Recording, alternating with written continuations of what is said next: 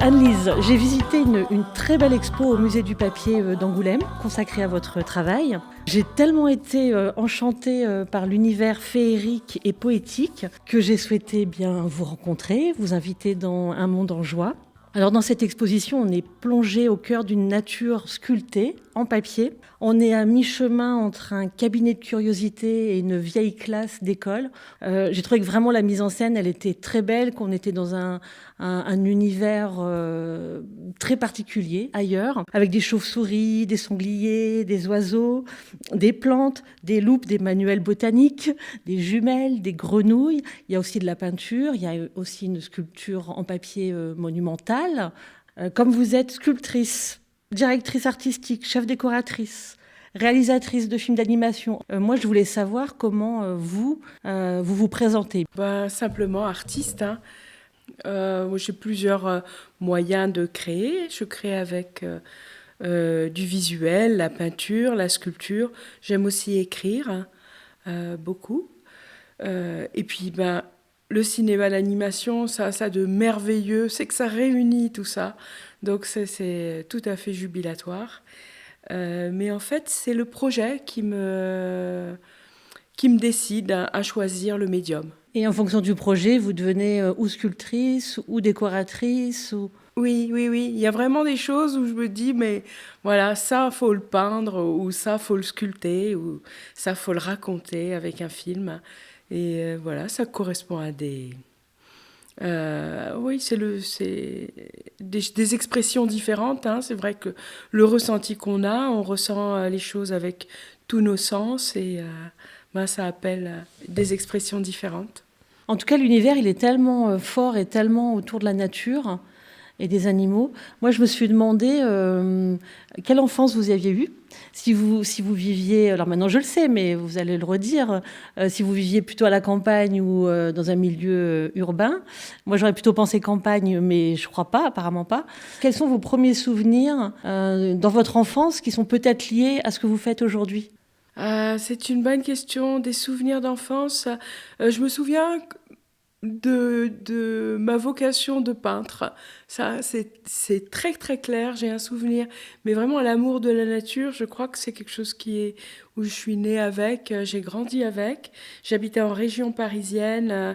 Dans un jardin, alors qui est petit, hein, en Charente, mais par rapport à la région parisienne, c'était sympa quand même. Et maman adore jardiner, donc elle était toujours dans son jardin. Et ce qu'elle aimait, c'était cultiver des plantes. Et moi, elle avait un jardin de roses qui était extraordinaire. Mais moi, ce que je préférais, c'était les mauvaises herbes.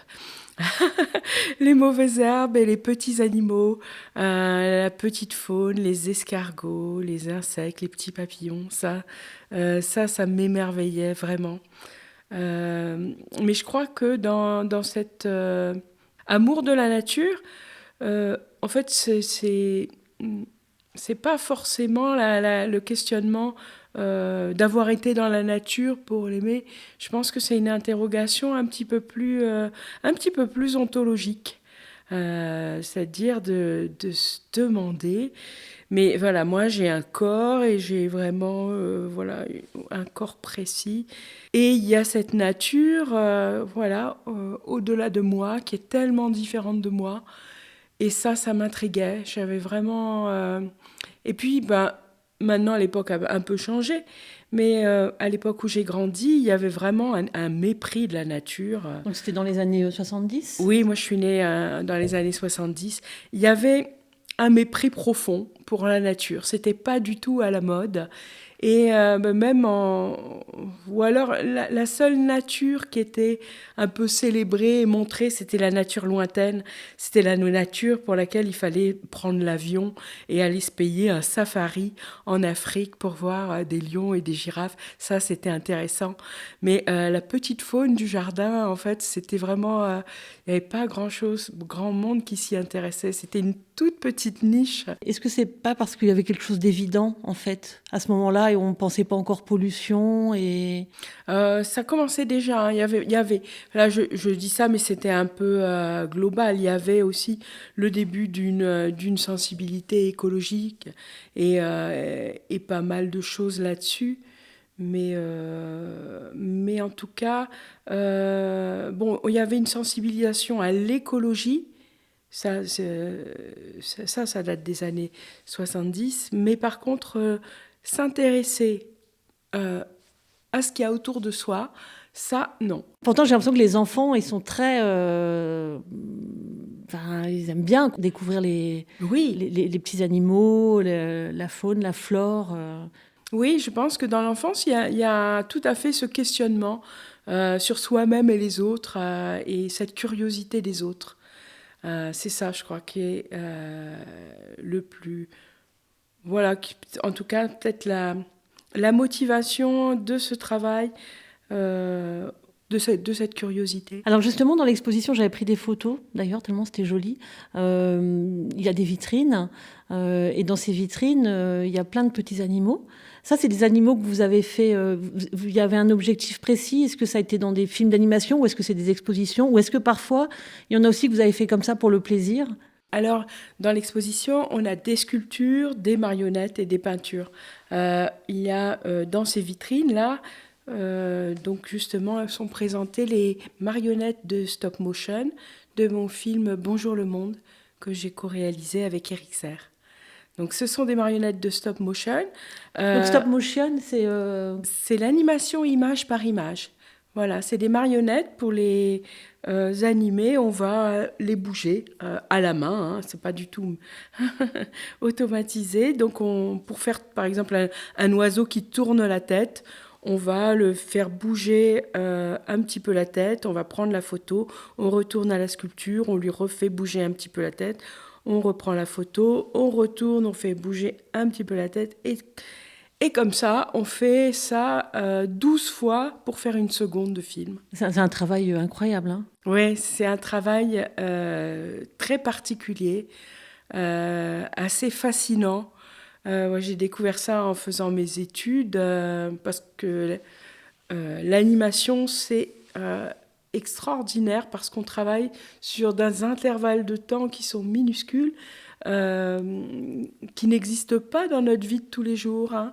Donc on va aller dans cette finesse d'analyse et cette finesse d'expression. Et il y a quelque chose de délicieux là-dedans, dans le fait de faire un mouvement et de sentir l'émotion du mouvement, mais dans son infinitésimalité. C'est ça qui fait qu'on a la patience. Oui. Parce que faut avoir une patience Oui, c'est fou. très éprouvant, c'est fatigant. Ouais, c'est parce qu'on est debout toute la journée quand on anime. Et puis, bon, la caméra, elle filme. Généralement, elle est placée devant le sujet. Donc, nous, on anime et on doit s'écarter pour que... Donc, ouais, on est très contraints. C'est physique ? C'est très physique, ah oui, c'est très physique. Et les animateurs, donc ils passent toute la journée dans le noir, puisque les plateaux d'animation sont noirs. Donc on ne voit pas la lumière, on ne voit pas le temps passer, on est vraiment dans cette espèce de loge comme ça. C'est un métier très, très, très, très fatigant. Il faut vraiment être passionné. Mais il y a cette magie qui est incroyable. Ça, c'est... Et je pense que l'exposition, Ça permet vraiment, parce qu'en plus il y a un petit film aussi où on vous voit travailler. Donc là, on a vraiment accès à la magie et en même temps, ça n'enlève pas la magie. Ah oui, Parce oui, que oui, parfois, bien on a sûr. accès aux coulisses et Ah, ça peut enlever de la magie. oui, il faut pas voir ce qu'il y a dans les cuisines des fois. Ah. C'est ça. Non, non, là, c'est vraiment, ce serait un spectacle en soi, hein, voir les animateurs travailler, les marionnettistes fabriquer les marionnettes. C'est vraiment, c'est un spectacle en soi. Ouais, Mm. ouais, c'est fascinant. Oui, Et là, c'est ça. C'est comme si on rentrait un petit peu dans le décor. Et vous parliez de vos études. Vous avez commencé par quoi? Alors déjà, quand vous étiez enfant, est-ce que vous dessiniez? je dessinais, oui, je dessinais un peu comme ça. Et puis un jour, ma grand-mère, elle allait à un cours de peinture toutes les semaines. Et un jour, elle m'a dit, est-ce que tu veux venir avec moi faire de la peinture? Donc j'avais 8 ans, j'y suis allée. Alors ça m'avait moyennement plu, mais en même temps j'ai eu un énorme choc parce que dans cet atelier de peinture, ils étaient en train de fabriquer un décor de théâtre, de peindre un décor de théâtre, et c'était la grotte d'Aladin et les 40 voleurs. Et donc il y avait vraiment un grand panneau avec des crafts et on pouvait peindre dessus et il fallait donc dessiner cette caverne au trésor. Et là, moi, je me suis arrêtée devant ça en me disant, mais moi qui adore lire les contes et qui ai beaucoup d'imagination, enfin voilà, j'avais vraiment beaucoup d'imagination et d'ambition dans mon imagination. Et d'envie peut-être de créer? Oui, d'envie de créer, mais d'envie tout court. D'envie d'avoir la grotte d'Aladin. Envie d'avoir tout, quoi, tout ce qu'il y a dans vivre tout ce qu'on peut vivre dans les livres et toutes les expériences extraordinaires qu'on peut vivre dans une vie. Vous imaginez être Aladdin aussi? Ah oui, oui, moi j'avais envie d'être Aladin et de trouver la caverne au trésor. Et quand j'ai vu ça, je me suis dit, mais voilà, en fait, pour avoir la grotte d'Aladin et avoir tout ce que je veux dans ma vie, il faut que je devienne artiste. Parce que j'aurai la grotte d'Aladin si je la peins. Et donc après, mais la peinture, vous avez continué ou vous avez arrêté? Oui, oui, j'ai repris. Bon, là, j'avais 8 ans, j'étais enfant, mais j'ai repris très sérieusement à 12 ans. Là, je me suis mise à aller à ce cours de peinture, donc à Fresnes, au Conservatoire d'art plastique de Fresnes, où j'allais trois demi-journées par semaine, donc pendant mes études. Et là, qu'est-ce que vous avez trouvé dans la Et peinture? là, alors là, en fait, j'avais des professeurs qui étaient des très bons peintres, qui s'appelaient Jean-Marie et Thora Creusot. Et dans cet atelier, alors ils étaient charentais. Donc, oui, Déjà un ils signe. venaient de Jarnac. Et, Parce qu'aujourd'hui, vous êtes installé en Charente, hein? oui, moi j'habite Charnier. Oui. Ils étaient charentais et donc ils diffusaient des diapositives de paysages de Charente et on pouvait peindre les paysages de Charente. Et alors moi j'en ai peint un peu, mais j'aimais pas trop peindre les paysages. Ça m'énervait un peu parce que j'avais l'impression de peindre sans comprendre. Un paysage pour moi c'est quelque chose de très complexe. Il y a les arbres, il y a la nature.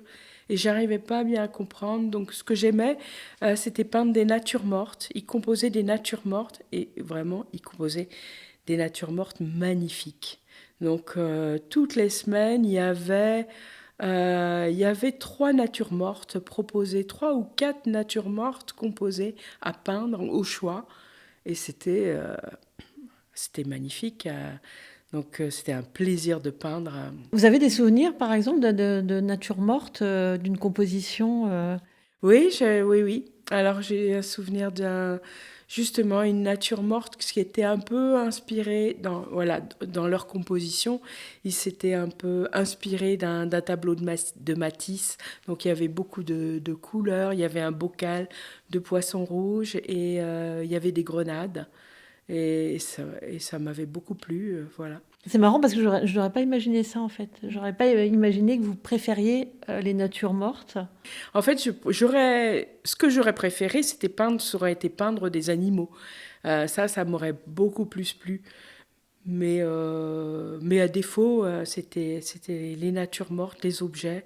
Je trouvais ça très intéressant et c'était Enfin, c'était proposé de façon très intéressante, hein. Il y avait vraiment à chaque fois, dans ces natures mortes, il y avait vraiment un goût pour les matières, pour les couleurs, les lumières, les éclairages. C'était extrêmement bien composé, donc c'était vraiment une leçon d'art. Qui pouvait servir aussi en dehors de la Oui, peinture, oui, avec oui. le mélange des matières, des textures. Oui, oui, c'était vraiment une éducation artistique. Et alors, en grandissant, encore, vous vous êtes dit quoi, que vous alliez être peintre, ou alors vous aviez aussi un métier raisonnable, entre guillemets, en vue, comme certains disent, ou Pas du tout de raisonnable chez moi. Hein. J'ai tout de suite voulu être artiste au départ. Donc je me suis inscrite aux Beaux-Arts, à l'école des Beaux-Arts de Paris. Donc c'est une chance aussi, ça veut dire soutenu par la famille. Très, très gentiment, hein, par mes parents, oui. C'est une chance parce que c'est vrai que Oui, c'est oui, pas toujours le cas. absolument. Oui, oui, oui, oui, ils ont tout de suite compris. Voilà, pourtant, eux n'étaient pas artistes eux-mêmes. C'était des gens cultivés, avec une très belle, voilà, très bon niveau culturel. Mais bon, je pense que ça les inquiétait un peu, hein. Mais ils ont rien dit. Ils ont aidé. Donc l'école des Beaux-Arts à Paris. Oui, l'école des Beaux-Arts à Paris. Voilà, j'y suis allée. Et alors, ben voilà, j'ai peint. Et puis, c'est passé différentes choses. Il y a un cours extraordinaire que j'ai suivi. C'était le cours d'anatomie, le cours de morphologie par Jean-François Debord et Philippe Comard, François Fontaine, aux Beaux-Arts de Paris. Alors ça aussi, c'était un choc artistique vraiment très fort. C'était quoi ce choc? C'était exactement comme ça que ça touchait exactement ma fibre artistique. C'est-à-dire que moi, quand je peins, quand je suis arrivée aux Beaux-Arts, c'était la mode de l'abstrait. Il fallait pas faire de la peinture figurative, sinon on était une pauvre ringarde. Et donc moi, je suis arrivée à l'école et j'ai commencé à faire des natures mortes. Et alors tout le monde me regardait un peu comme une pauvre fille. Et j'ai un professeur qui m'a dit bon, vous devriez quand même essayer de faire de l'abstrait. Et je me suis dit, mais c'est vrai, il faut quand même que j'essaye. Donc pendant 3 mois, j'ai essayé de faire de l'abstrait. Et vraiment, j'ai presque déprimé parce que j'avais vraiment l'impression de faire n'importe quoi. Comment on pourrait définir l'abstrait par rapport au figuratif? Alors je ne sais pas parce que moi j'ai beaucoup de respect pour les gens qui font des peintures abstraites, hein, et moi les regarder, ça, voilà, j'ai pas du tout de mauvais jugement là-dessus. Mais moi, par rapport à ce que j'ai envie de faire, c'est pas du tout. On n'est pas dans la réalité? Oui, c'est ça, voilà, c'est une autre façon, je pense, c'est une autre façon d'appréhender la peinture par la couleur, le geste, enfin, toute chose qu'on peut faire aussi dans la peinture figurative, mais pour moi, j'ai vraiment besoin d'un sujet. Moi, un peintre qui m'émeut énormément, c'est Bram van Velde. Bram van Velde, c'est un peintre abstrait. Et ces toiles sont d'une émotion, moi, qui me touche énormément. Mais pour moi, Bram van Velde, c'est vraiment comme peindre l'impossibilité de peindre. Et c'est touchant, je trouve ça très touchant pour ça, et très abouti, hein. C'est vraiment des coups de pinceau sur la toile, mais c'est très beau. Et par contre, moi, c'est pas du tout ce qui va m'animer. Moi, j'ai vraiment besoin du sujet. C'est le sujet qui me plaît. Alors quand vous étiez aux Beaux-Arts, est-ce que c'était déjà les sujets, c'était des humains? Oui, j'ai très vite commencé à faire des portraits, en fait. Et ça, c'est quelque chose que j'adore faire, peindre des portraits. C'est quelque chose qui me plaît aussi, mais je trouve que c'est... Voilà. On peut les voir où ces portraits? Oh, j'en ai un peu chez moi, mais voilà, il faut que j'en refasse, mais c'est prévu, hein. Là, je travaille un peu. À quel moment c'est venu la sculpture en papier?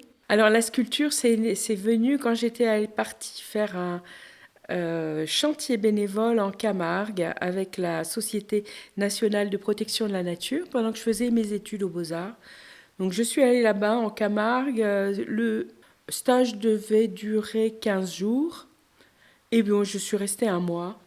Après, je suis restée encore dans la réserve, au milieu de la réserve.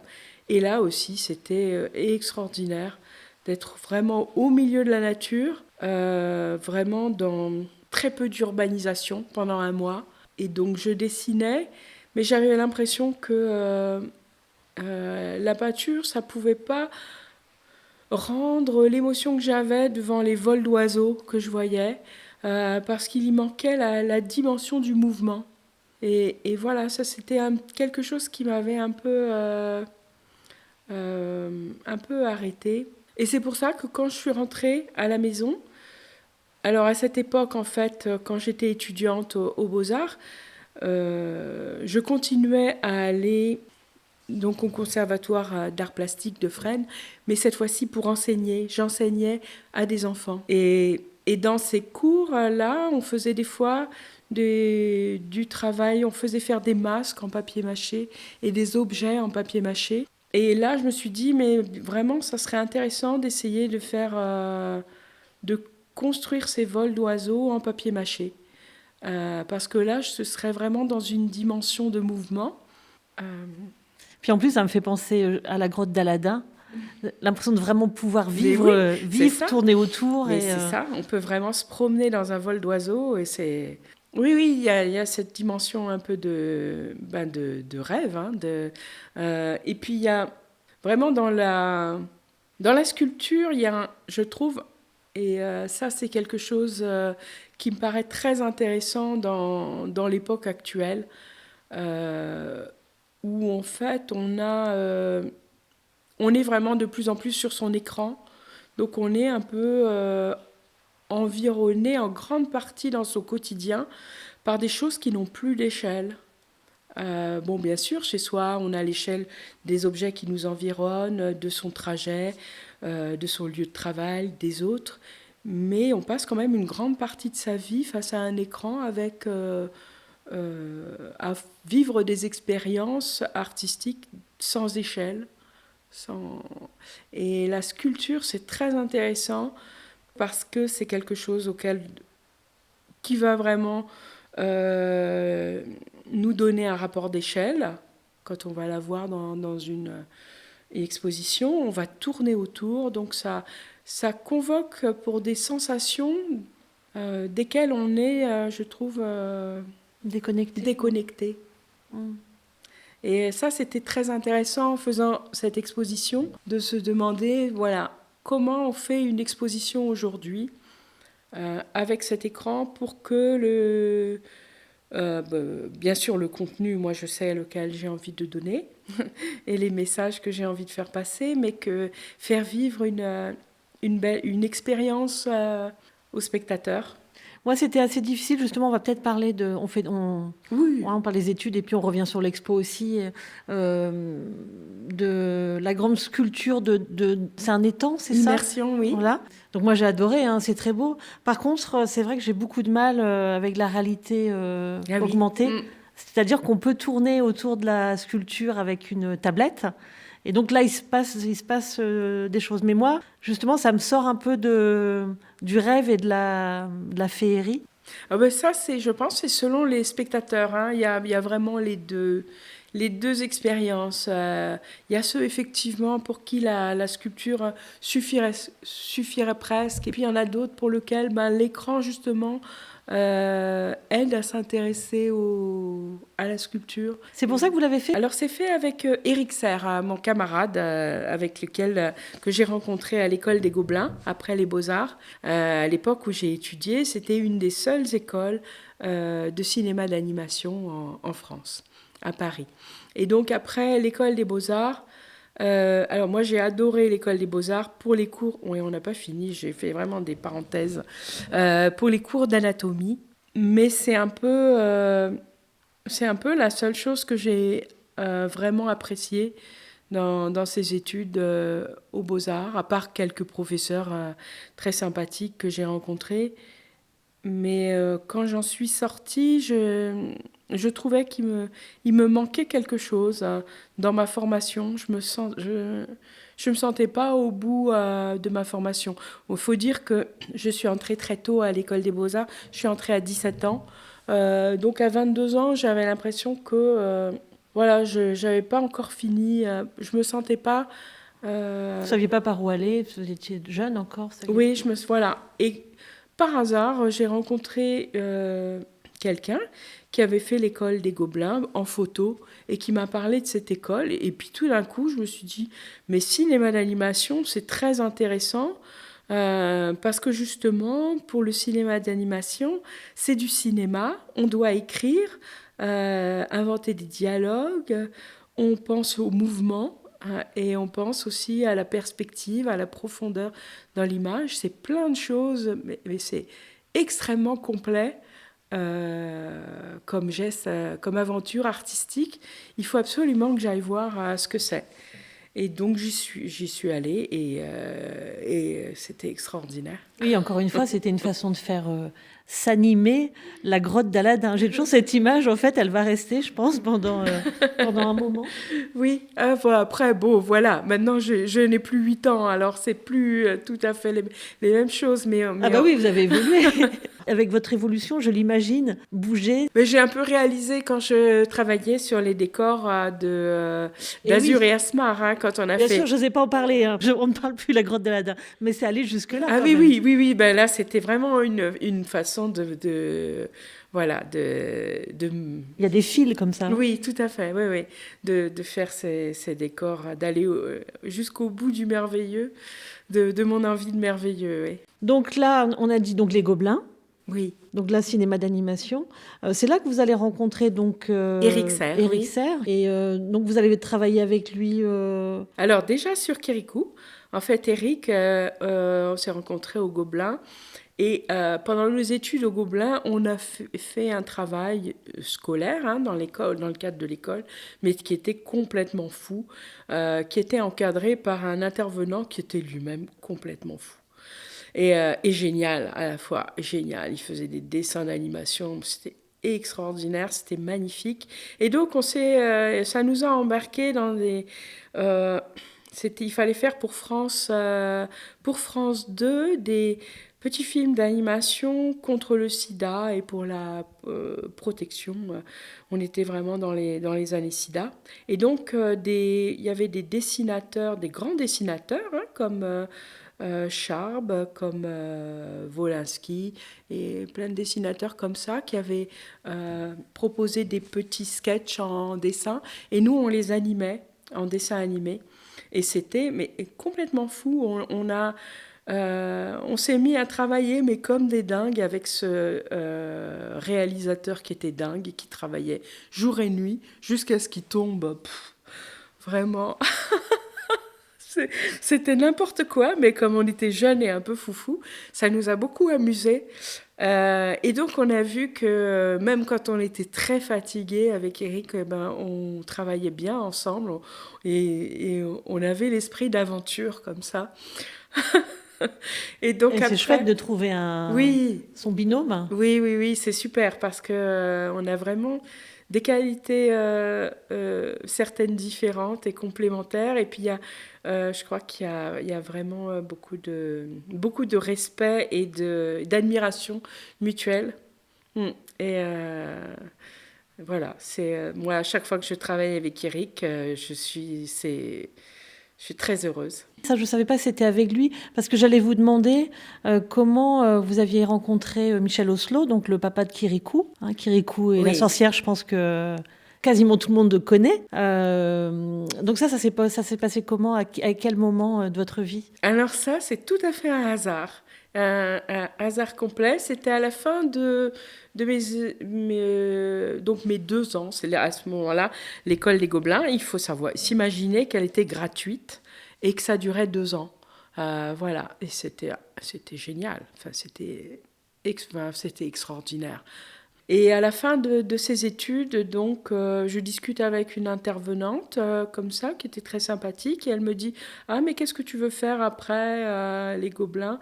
Et moi, je me disais, parce que quand même, dans ce qu'on faisait, les exercices qu'on faisait au Gobelin, c'était vraiment pour faire du dessin animé, entre guillemets, industriel, hein. On dessinait pour devenir... à l'époque, le cinéma, ça se dessinait.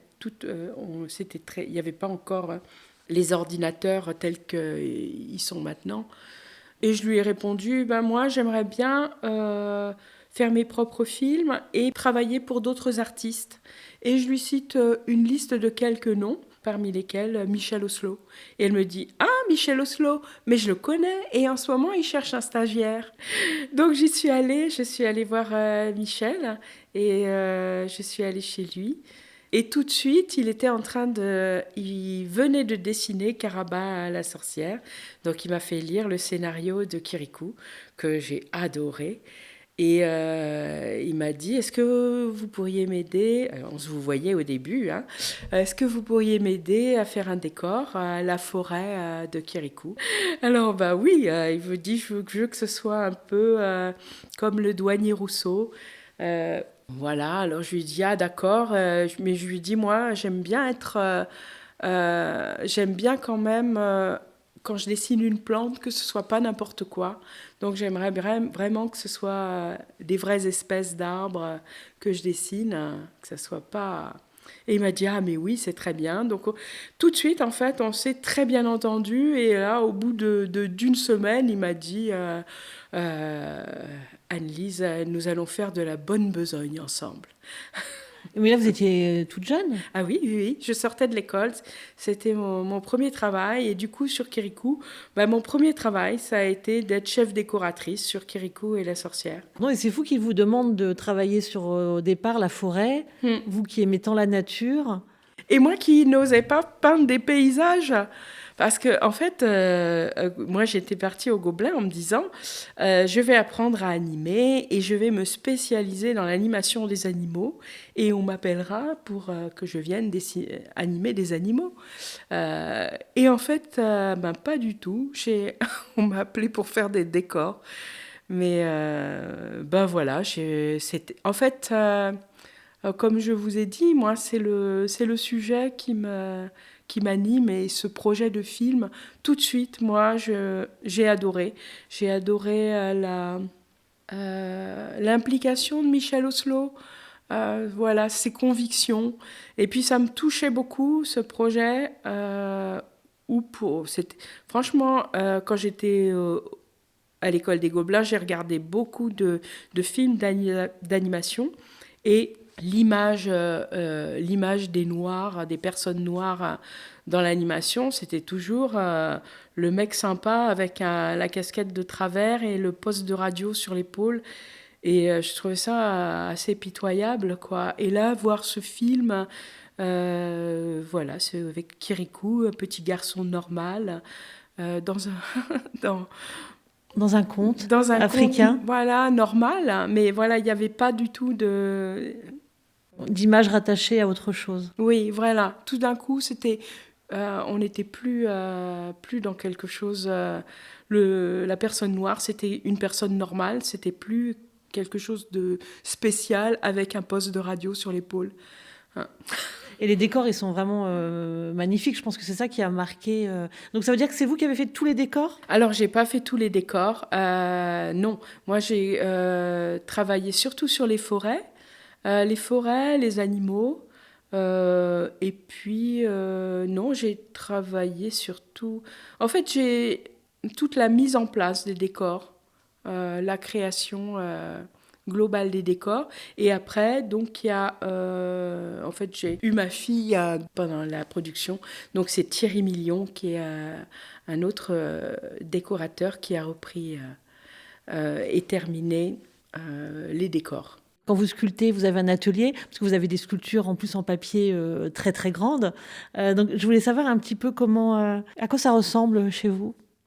Alors là, j'ai de la chance, j'ai vraiment très grand lieu pour un très grand atelier. D'ailleurs, du coup, j'ai même 2 ateliers, j'ai un petit et un grand atelier. Est-ce que vous avez des endroits préférés et des endroits qui vous servent d'abord à réfléchir et puis après vous mettez la main à la pâte? Alors là, j'ai plusieurs endroits dans la maison. J'ai mon atelier en bas, mon bureau, où je peux faire tout ce qui est de taille raisonnable. Là, c'est très joli. J'ai une très jolie vue sur le jardin. Voilà, je peux regarder. Cet automne, là, j'ai regardé les écureuils qui cachaient les noisettes. C'était magnifique. Et puis, Vous avez déjà fait des écureuils ou pas oui, j'en avais fait un. C'est pas le sujet le plus intéressant, parce que la queue ébouriffée en papier mâché, c'est compliqué.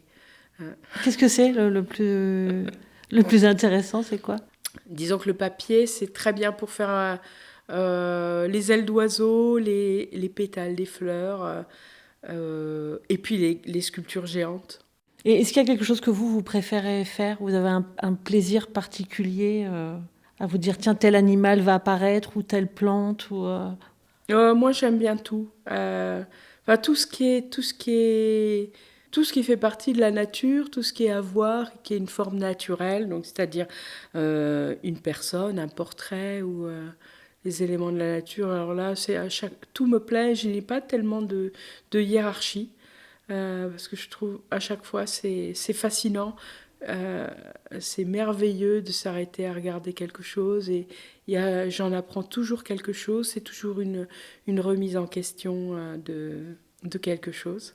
Vous faites des recherches aussi? Vous allez voir dans des livres Oui, beaucoup. C'est pour ça que dans cette exposition, elle s'appelle Une nature de papier et j'ai vraiment mis en valeur ce rapport au livre et à la transmission. Parce que la nature, elle est magnifique, mais elle est très mystérieuse.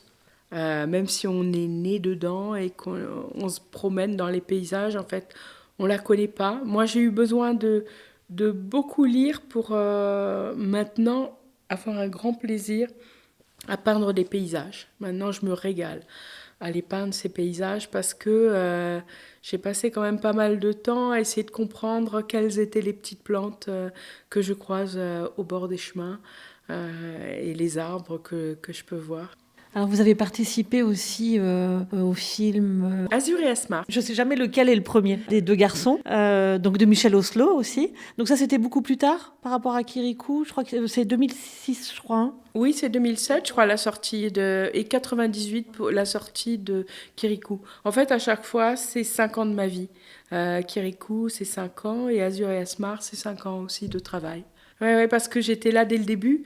Et qu'un long métrage, c'est quand même un travail très long en préparation. Et ça c'est une chance extraordinaire hein, de aussi pouvoir accompagner très longtemps un projet comme ça, parce qu'on est dans toute la cuisine au début de la recette. Est-ce que les sculptures, elles sont toujours présentes ou vous mettez ça complètement de côté quand vous travaillez sur un film d'animation ou là, de la déco, de la peinture? Alors ça n'est jamais éteint complètement, mais c'est vrai que l'animation, ça prend du temps. Hein. Sur Kirikou, j'ai continué un petit peu en ralentissant, parce que on ne peut pas se démultiplier non plus. Et moi, j'aime bien être à fond dans ce que je fais. Et alors, vous avez plusieurs enfants? Oui, j'en ai 2. Alors, est-ce que dans leur chambre, ils ont le droit à plein de sculptures en papier Alors, franchement, oui. Alors, en fait, elles ont grandi. On habitait un petit appartement en région parisienne. Et quand j'avais des commandes de sculpture, c'était dans le salon, au milieu de salon. Donc, elles ont vraiment grandi au milieu des sculptures. La maison était quand même à moitié un atelier. Hein. Donc, elles ont grandi dans un atelier. Je voulais vous demander ce que c'était pour vous, la joie. Qu'est-ce que ça représente? La joie, pour moi, elle est vraiment évidemment, dans toutes les relations avec ma famille et mes proches. Mais il y a aussi cette dimension de contemplation, d'être habité par la joie du paysage, la joie de ce qu'on regarde, même en faisant un portrait. J'ai toujours envie de me laisser envahir par la personne que je peins. Voilà, c'est une joie. Mm. Et ça, c'est des plaisirs seuls ou pas? Par exemple, la contemplation, est-ce que c'est seul ou est-ce que ça peut se partager Alors c'est seul absolument, mais ça se partage, je trouve, à travers l'art. Moi, en tout cas, je me souviens adolescente quand j'ai commencé à lire des poèmes, et là, j'étais vraiment estomaquée de voir que la description des émotions dans les poèmes, elle rejoignait mais peut-être de façon tellement juste ce que je ressentais. Et voilà, je pense que c'est... Et est-ce qu'il y a une musique qui vous met en joie? Il y a beaucoup de musiques qui me mettent en joie. Il y a une musique que j'aime beaucoup qui est Music for a While de Henry Purcell. Music for a While, ça veut dire, voilà, la musique pour un moment, elle t'emporte et elle t'habite jusqu'à ce que les soucis reviennent. Voilà. Si je... Mhm. C'est un peu être dans une bulle, dans le moment présent. Oui, être emporté par la musique, par l'art. Et est-ce qu'il y a une photo qui vous met en joie? Alors oui, il y a des photos qui me mettent en joie. J'ai envie de parler des dessins de Jean Chevalier. Jean Chevalier, c'est un grand artiste animalier qui a aussi participé à mon long métrage d'animation en faisant les cris d'animaux.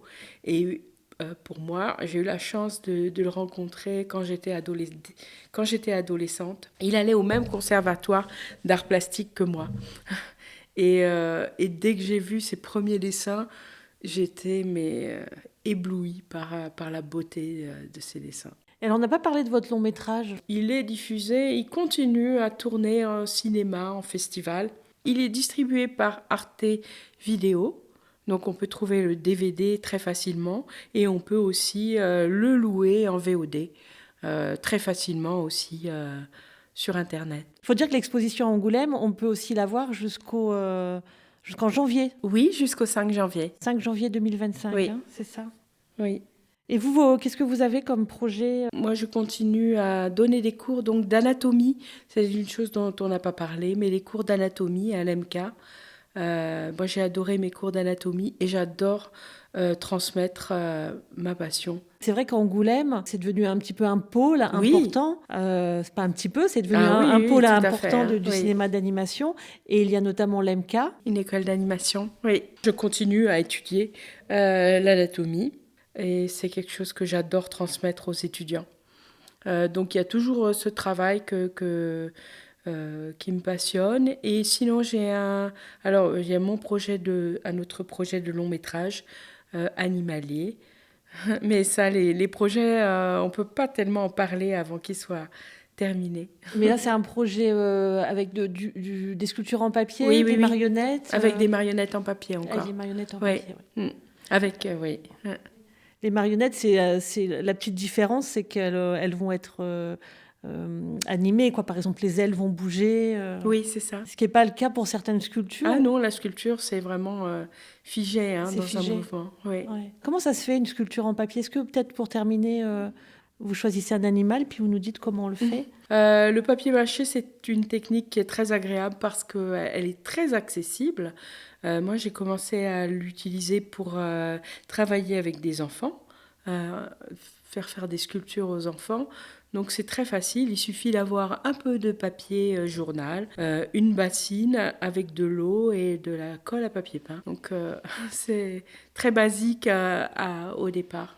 Et comment on passe d'une petite chauve-souris à un cerf énorme Alors pour les grandes sculptures, ce qui est très bien qu'avec le papier, c'est que si on le travaille avec un peu de technique, on peut faire des formes très légères et donc très grandes. Parce que quand on est léger, on peut toujours faire grand. Ce qui fait que là, on n'a pas de limite en taille. C'est pour ça que j'ai pu faire un stégosaure dans la grandeur nature dans l'exposition. Voilà. Par contre, il faut l'armaturer. Là, il y a une armature de métal. Et pour la grande sculpture, comment on pourrait la montrer pour qu'on comprenne ce que c'est Alors, Immersion, c'est une promenade au bord de l'eau dans la campagne charentaise. On peut tourner autour. C'est comme si on avait découpé un morceau de terre et qu'on pouvait on l'emmenait dans la salle du musée et on peut même voir ce qui se passe sous terre. Il y a des fleurs, oui. des terriers, des insectes. Voilà, du coup, ça remonte un peu la terre. On est le nez dans l'herbe, mais on est debout. Et ça vous a pris combien de temps pour le faire ? Alors, sur cette sculpture, il y a plusieurs années de travail parce qu'il y a des sculptures d'animaux et de végétaux que j'ai fait pour l'occasion. Et puis, il y a on a aussi rassemblé sur cette sculpture les végétaux qu'on a créés pour le film Bonjour le monde. Et pour terminer, dans l'exposition, il y a également une très grande peinture où on voit le rempart d'Angoulême. C'est vous qui l'avez faite, cette peinture. Hein. Oui. Et avec un petit texte magnifique que vous avez écrit et qui je trouve qu'il parle vraiment très bien, très précisément de la poésie d'Angoulême. Eh bien, merci. À bientôt, peut-être dans votre atelier. Moi, j'aimerais bien visiter votre... Vous faites des visites ou pas ? Là, pour l'instant, c'est pas très rangé et aussi, je n'ai pas énormément de choses à montrer. Je pense que j'aurai peut-être des choses plus un peu plus tard, ouais, parce que là, je vais travailler aussi sur des nouveaux dinosaures. Oh, on se donne rendez-vous alors peut-être en 2025 ? Oui, voilà.